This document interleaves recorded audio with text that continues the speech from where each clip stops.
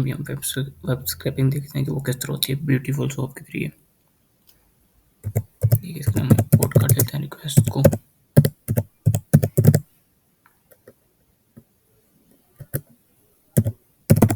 Beautiful shop को import कर लेते हैं।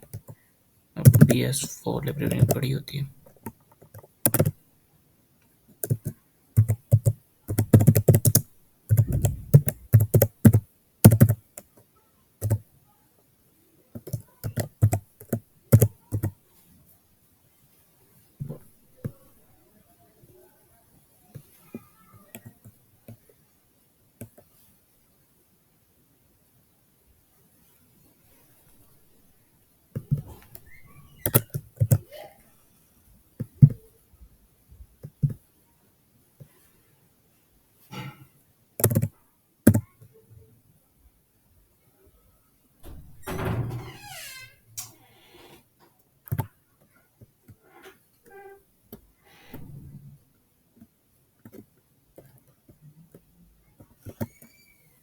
ये तो URL दे देंगे किसी वेबसाइट को, जो भी वेबसाइट हमने स्क्रैप करनी है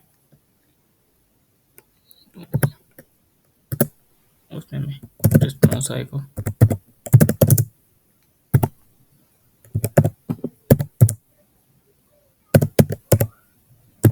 ये गेट करेगा हमें इशू URL।